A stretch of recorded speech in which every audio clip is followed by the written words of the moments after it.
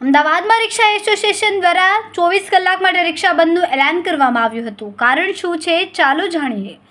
રિક્ષા ચાલકોના આક્ષેપ છે કે અમે પાર્કિંગમાં રિક્ષા ઊભી રાખીએ તો પણ પોલીસ અને ટીઆરબી જવાનો અમારી રિક્ષાના ફોટા પાડે છે અને મેમો આપે છે. તેમને અધિકાર નથી છતાં અમને હેરાન કરવામાં આવે છે. રિક્ષા ચાલકોના આક્ષેપ છે કે પેપરો પૂરા હોવા છતાં પણ રિક્ષાઓને ડિટેન કરવામાં આવે છે અને મોટા મેમો ફટકારવામાં આવે છે. નો એન્ટ્રીમાં મોટા હેવી વાહનો જતા હોય છે, તેમને કોઈ રોકતું નથી અને અમને ખોટા હેરાન કરવામાં આવે છે. રિક્ષા ચાલકોની માંગ છે કે હેરાનગતિ બંધ કરવી જોઈએ અને નિયમો સૌ માટે સમાન હોવા જોઈએ. હવે જોવાનું રહ્યું કે તંત્ર તેમની માંગ પર શું નિર્ણય લે છે.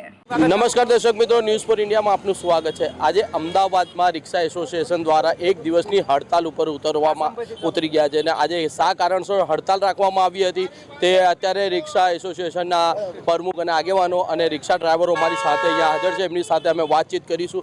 શું આપનું નામ અને પરિચય? મારું નામ ફારૂક યુસુફભાઈ છે. રિક્ષા એસોસિએશનનો મહામંત્રી છું. અને પોલીસની દબંગગીરી અને દાદાગીરી, ખાલી રિક્ષા ચાલકોને ખોટા રીતે હેરાન કરવાના, ડમ્પર ચાલે, ટ્રકો ચાલે, જીસીબી ચાલે, ટ્રેક્ટર ચાલે, તે છતાં ખાલી રિક્ષાવાળા જ ગુનેગાર હોય છે. દરેક ખાલી રિક્ષા લઈ જઈને જમા લઈ લેવાની, કઈ રીતે લેવાની, કાગળ કમ્પ્લેટ હોય તે છતાં જમા લઈ લેવાની. ગરીબ રિક્ષાવાળો એનું ઘર ચલાવે કે 5-5 હજારના હપ્તા ભરે. આજે એટલે કેટલી રિક્ષા દ્વારા હડતાલ પાડવામાં આવી છે અને કેટલા વાગ્યાથી હડતાલ કરવામાં આવી? કાલે રાત્રે 12 વાગ્યાથી હડતાલ છે. આજે રાત્રે 12 વાગ્યા સુધી હડતાલ રાખવામાં આવેલી છે. પોલીસ દ્વારા કેવી રીતના હેરાન કરવામાં આવે છે? ખાલી રિક્ષા કાગળ હોય તે છતાં ગાડીઓ જમા થઈ છે. એટલે તમામ ડોક્યુમેન્ટ હોય છતાં જમા કરે છે, તો કેમ એવું કેમ? પોલીસ આગળ દાદાગીરી કોણ કરી શકે? એટલે કાયદો તો છે ને આગળ. કાયદાનું કામ કરે છે, પણ અમે એવું કહેવું છે કે ખોટી રીતે કોઈ રિક્ષા ચાલકને હેરાન ન કરે અને શાંતિથી રિક્ષાવાળાને ધંધો કરવા દે. કેટલી રિક્ષાઓ જમા કરેલી હશે? કમસે કમ અમદાવાદની અંદર 20,000 રિક્ષા જમા થયેલી છે. 20 થી 25,000 જેવી. એની અંદર 10 થી 15,000 રિક્ષા એવી પણ છે કે ટાઇટન ક્લિયર છે, તે છતાં એની ગાડીઓ જમા છે. સરકારને અમારી એવી માંગ છે કે એ ફ્રીમાં છોડી આપે. 72 કલાકનું પછી અમે આંદોલન આપવાની ચિંતા આપશું. આપનું નામ અને પરિચય? મારું નામ અલીભાઈ જાંબુવાળા છે. હું Ahmedabad auto rickshaw driver union Sanand રોડનો વાઇસ પ્રેસિડેન્ટ છું. અને જે આજે આ રિક્ષા જે જમા કરે છે પોલીસવાળા, એ બહુ ખોટું કરી રહ્યા છે કે રિક્ષાવાળાને જે રોજગાર મળતો હોય એ રીતે આ કામ નથી કરી રહ્યા. ખાલી ફક્ત ને ફક્ત રિક્ષાઓને જ ટાર્ગેટ કરી રહ્યા છે. તો મારી પોલીસને પણ એ આગ્રહ છે કે સાહેબ, રિક્ષાવાળા કોઈ કરોડપતિના દીકરા નથી, એમનું જરા ધ્યાન આપો અને આવી રીતે તમે અત્યાચાર ના કરો. જ્યાં જુઓ ત્યાં તમે બિનફાલતુમાં પકડી લો છો, જમા કરી નાખો છો. અત્યારે અમારે ના છૂટકે છે 24 કલાકનું અમારે બંધનું એલાન આપવું પડ્યું અને અમારી સાથે 10 એસોસિએશન જોડાયેલા છે. ટોટલ અમદાવાદના એસોસિએશન અમારી સાથમાં જોડાયેલા છે. અમદાવાદના ટોટલ એસોસિએશન અમારી સાથમાં જોડાયેલા છે. અને જો આનું રિઝલ્ટ નહીં આવે તો અમે પછી 72 કલાકનું બંધનું એલાન આપશું. એટલે આમાં કોઈ ઇમરજન્સી સેવા હોય તો શું એને પણ રોકવામાં આવે છે ત્યારે? ના, ઇમરજન્સીને અમે કોઈ પ્રોબ્લેમ કરતા નહીં અને અમે બીજી કોઈ વાહનને બી કોઈ પ્રોબ્લેમ કરતા નથી. બસ અમે પબ્લિકને કોઈ અડચણરૂપ થયું કામ કરીએ નહીં. બસ અમે ફક્ત ને ફક્ત રિક્ષા હડતાલ જ માટે અમારી રિક્ષા માટે જ લડત લડીએ છીએ. અચ્છા, જે અત્યારે રિક્ષા ચલાવી રહ્યા છે અને જે પેસેન્જરોને ભરીને જાય એમને પણ રોકવામાં આવે છે ખરી? તમે અમે એમને સમજાવીએ છીએ કે ભાઈ આ તમારી લડત છે, તમે આવું ના કરો, આ તમારા માટે છે. તમે આજે આવું કામ કરશો તો કાલે આપણું એકતાનું યુનિયન તૂટી જશે. એના હિસાબે હું તમને કહું છું કે જે બી રિક્ષા ચાલક જે રિક્ષા ભરીને નીકળે એમને મારી વિનંતી છે કે આ લડત આપણી એકલી નથી, આ જનરલ લડત છે અને તમે પોતે રિક્ષા ના ભરો અને બધા સાથે મળીને કામ કરો. અચ્છા, તમે કીધું કે પોલીસ દ્વારા ખોટી રીતે રિક્ષાઓ જમા કરવામાં આવે, તો કેવી રીતના ખોટી રીતે જમા કરવામાં આવે છે? રિક્ષા દ્વારા જે 6 પેસેન્જરનો કાયદો તો નથી, પણ 6 પેસેન્જર બેસાડવામાં આવે એવી રીતના રિક્ષા તો ડિટેન કરવામાં આવે છે ને? શટલ રિક્ષાને જમા કરે એટલે તો અમને કોઈ ઉગ્ર નથી, પણ જે અહીંયા બેઠેલા આવીને રિક્ષામાં બેસી જાય, ડાયરેક્ટ રિક્ષા લઈ જાય, એ તો રિક્ષા સ્ટેન્ડ ઉપર બેસેલા લોકોને પણ લઈ જાય છે. હા, ઉભેલી ગાડીને ફોટો પાડીને ડાયરેક્ટ મેમો આપી દે. એ તો ટીઆરબી વાળા જે પોલીસ અધિકારીનો હક છે ગાડીના કાગળ ડોક્યુમેન્ટ માંગવાનું, બરાબર, એ છતાં રિક્ષાવાળા આપે છે, બરાબર, પણ ટીઆરબી વાળાનું કોઈ રાઈટ નથી. કેમ કે ટીઆરબી વાળાઓ ધમકીઓ આપે છે. ટીઆરબી વાળા કેવી ધમકીઓ આપે છે? ટીઆરબી વાળાઓ એમ કહે છે કે અમને રાઈટ છે મેમો બનાવવાનો, અમારો હક છે તમને ગાડી ડિટેલ કરવાનો. એમનો કોઈ રાઈટ નથી ટીઆરબી વાળાનો. ટીઆરબી વાળાનું કામ શું છે કે ટ્રાફિક જે થાય એનો નિર્ણય કરવાનો, સોલ્વ કરવાનો, બરાબર. એટલે ટીઆરબી વાળા ફોટા પાડે છે અને મેમો આપે છે. વાળા ફોટો પાડે છે, એનું કોઈ રાઈટ નથી ટીઆરબી વાળાનો.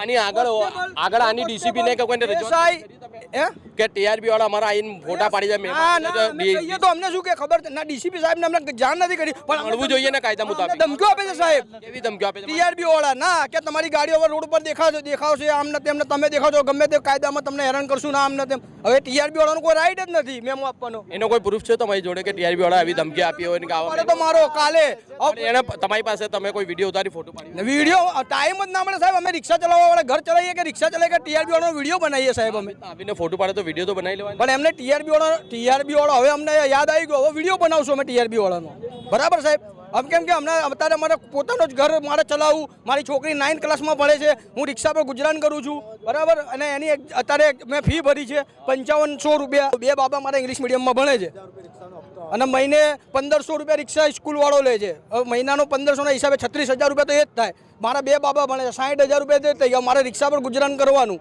હવે ટીઆરબી વાળોને એવો બધા મેમો બનાવે તો અમારે શું કરવું વગર ગાડીનો પાર્કિંગમાં ઉભેલી ગાડીનો ફોટો પાડી જાય તમે ટીઆરબી વાળાએ ધમકીઓ આપી મેમા બનાવ્યા તે એની રજૂઆત તમારા એસોસિએશનના પ્રમુખને પણ કરી ખરી તમે અરે અમને જ્યારે મને ઊભી રાખી ગાડી ટીઆરબી વાળા હોમગાર્ડ વાળાએ ત્યારે મેં એને એમ કીધું કે ભાઈ પૈસા મેં કીધું પૈસા નથી તો કે આવીને મેં કીધું વાંધો નહીં પછી હું નીકળી ગયો એના પૈસા એ કે હપ્તો હપ્તા લે છે એમ હપ્તા લે છે તાનું કીધું મને તો વિડીયો કેમ નથી બનાવતા તમે લોકો બસ સાહેબ એ વખતે મને ધ્યાન નહોતું ને હવે હું વિડીયો બનાવીશ હવે વિડીયો બનાવીને સોશિયલ મીડિયા પર વાયરલ હા વાયરલ કરીશ જેમ કે તમારા રિક્ષા ચાલકનું અને તમે એસોસિએશનના પ્રમુખ છો અને એમના આક્ષેપ છે ટીઆરબી વાળા દાદાગીરીઓ કરે છે અને હફતો માંગે છે તો તમે શું આગળની કાર્યવાહી કરશો આના લઈને અને કરી ખરી કે રજૂઆત અમારી પાસે થાય તો અમે કરી શકીએ ને હાલમાં તમારા બાજુમાં ઊભા રહીને રજૂઆત એની માટે અમે એનું કઈ જગ્યાએ બન્યું એ અમે બધી તપાસ કરશું અને એની માટે અધિકારીઓને અમે જાણ પણ કરશું જરૂર પડે તો આપણે ડીસીપી સાહેબને પણ મળી લઈશું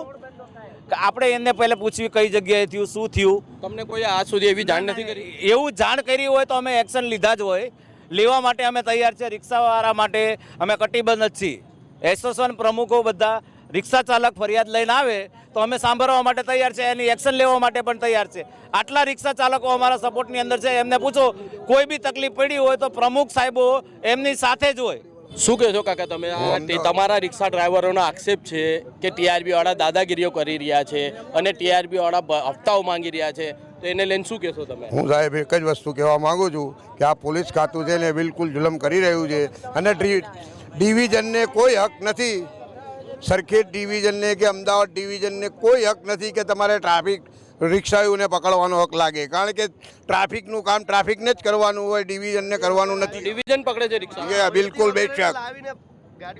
બેશક રિક્ષાવાળાના ડિવિઝન સિવાય કોઈ પકડતું નથી નંબર પાછા શું કહે છે કે તમારી પાસે નંબર પ્લેટ નથી ફલાણું નથી મીટરનો કાયદો છે અરે પણ મીટરનો કાયદો નીકળી ગયો ઘણો ટાઈમ થઈ ગયો છે તો કોણ એવું કહે છે તમને પોલીસ વાળા કયા પોલીસ વાળા ટ્રાફિક ના ડિવિઝન વાળા અને મારે વર્દી વગર જ આ લોકો આવે છે આ લોકો અબ્દુલભાઈ આપણું નામ છે વર્દી વગર જ આ લોકો કોણ વર્દી વગર આવે છે એ આ જે બોલે ને આ ભાઈ એ બોલે તમે બોલો કોણ આવે છે એ આપણે આ શું નામ પોલીસ વાળા તેમનું શું ના આ ડિવિઝન વાળા લોકો જ તે રહ્યા હમણાં જ તે આપણે ત્રણ રસ્તા ઉપર હમણાં એક રિક્ષાવાળાને બચારાને બાઇક લઈને આવ્યા નંબર પ્લેટ વગરની હતી ત્યાં રોકાવી એ લોકોએ અને બાઇકને મેમો આપ્યો ચોખ્ખો રહ્યો તો નંબર પ્લેટ લગાવવી જોઈએ ને નંબર બાઇક લઈને આવ્યા હતા એ લોકો રહ્યા એમને બાઇકની નંબર પ્લેટ નથી એમને બાઇક ને નંબર પ્લેટ એટલે પોલીસ વાળાનો બાઇક પોલીસ વાળાને નથી કેમ પોલીસ વાળા બાઇક ને નંબર પ્લેટો નથી રાખતા ખબર એ તો એમનો વિષય છે આ લોકો તંત્ર જ એવું છે આખું રહ્યું એ તો રિક્ષામાં નંબર પ્લેટ આવે તો તમને શું કરે એ તો ડાયરેક્ટ મેમો જ આપે એરિયા કોઈનું